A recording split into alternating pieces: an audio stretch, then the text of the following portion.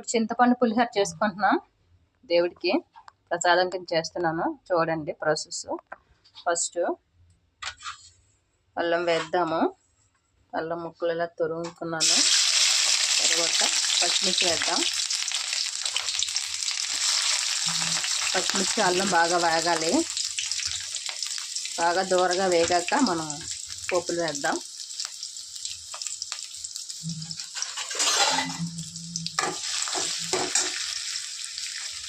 కొంచెం వేగాక పోపులు వేద్దాం. ఇంకేంటి ఫ్రెండ్స్, అందరూ దేవుడికి ప్రసాదం ఏం చేశారు కామెంట్ పెట్టండి. మీరు ఏం చేశారనేది తెలుస్తుంది నాకు కూడా. తర్వాత పోపులు వేద్దాము. పోపులు బాగా వేగాలి. చిన్న పెట్టి బాగా వేసుకుందాం. క్రిస్పీగా వేస్తే బాగుంటుంది పులిహోర దేవుడికి. తర్వాత కొద్దిగా వద్దండి, అగో నీ దగ్గర పెట్టాను అక్కడ. పోపులు బాగా వేగాయి ఫ్రెండ్స్. తర్వాత కరివేపాకు వేద్దాం.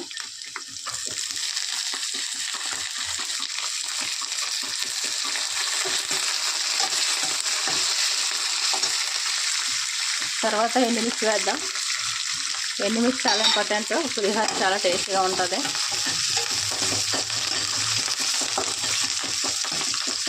బాగా వేగాలి ఇవి. దూరగా వేగాక కొద్దిగా అన్నం రైస్లో నేను పసుపు వేసుకోలేదు, దీంట్లోనే వేసేసుకుంటాను పసుపు.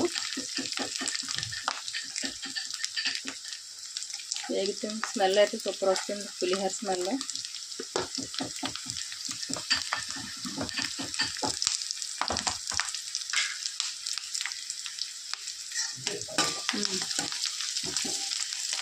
అది పైన కలుపుదామండి, రైస్లో వేసేటప్పుడు కలపాలి.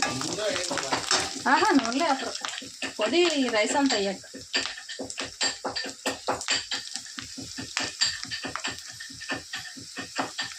కొద్దిగా పసుపు వేద్దాం.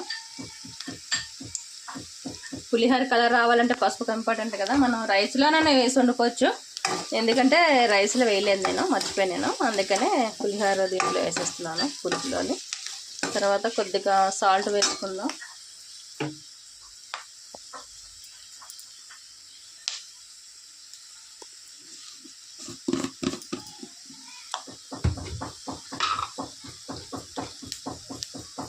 దేవుడికి పులిహోర అంటేనే ఎక్కువ పెడతారు. సాల్ట్ వేస్తున్నాను. పోపు అంతా బాగా వేగింది. ఇప్పుడు చింతపండు పులుపు వేసుకుందాము. చింతపండు పులుపు ఆల్రెడీ నేను తీసి పెట్టుకున్నాను.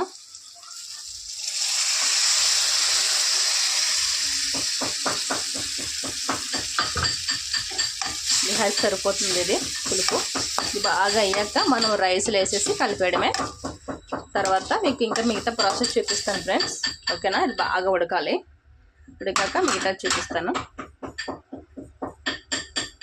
చింతపండు పులుపు రెడీ అయ్యింది. ఇప్పుడు రైస్లో కలిపేసుకుందాం మనం వేసుకొని.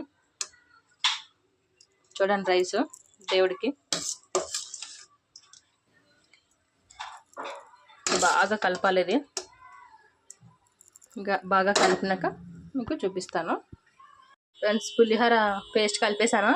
ఇప్పుడు మనం మెంతులు తర్వాత ఆవాలు వేపేసి పొడి చేసుకున్నాను. ఇది పొడి వేస్తున్నాను. ఈ పొడి వేస్తే ప్రసాదానికి చాలా టేస్టీగా ఉంటుంది దేవుడికి. బాగా వేసి కలపండి. ఇదంతా రైస్ అంతా కలగాలి. నేను పొడి వేస్తున్నాను మొత్తం అంతా. తర్వాత కొద్దిగా కొత్తిమీర వేద్దాం.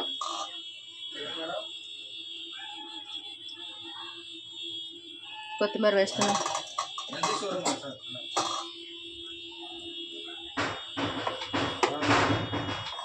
ఇదంతా బాగా కలిపేసుకుందాం. దీంతో పాటు ఇంగో లేదు కాబట్టి నా దగ్గర నెయ్యి వేసుకుంటున్నాను.